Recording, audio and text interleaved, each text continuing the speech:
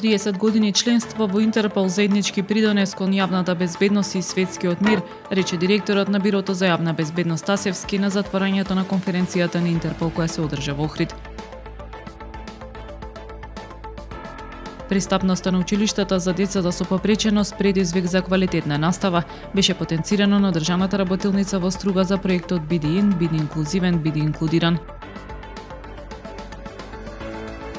Црвен крст Охрид организира обуки за спасители на отворени води, објавен повик за пријавување на кандидати.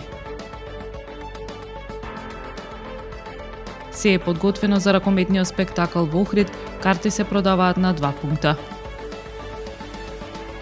Времето утре облачно со дожд и температура до 15 степени.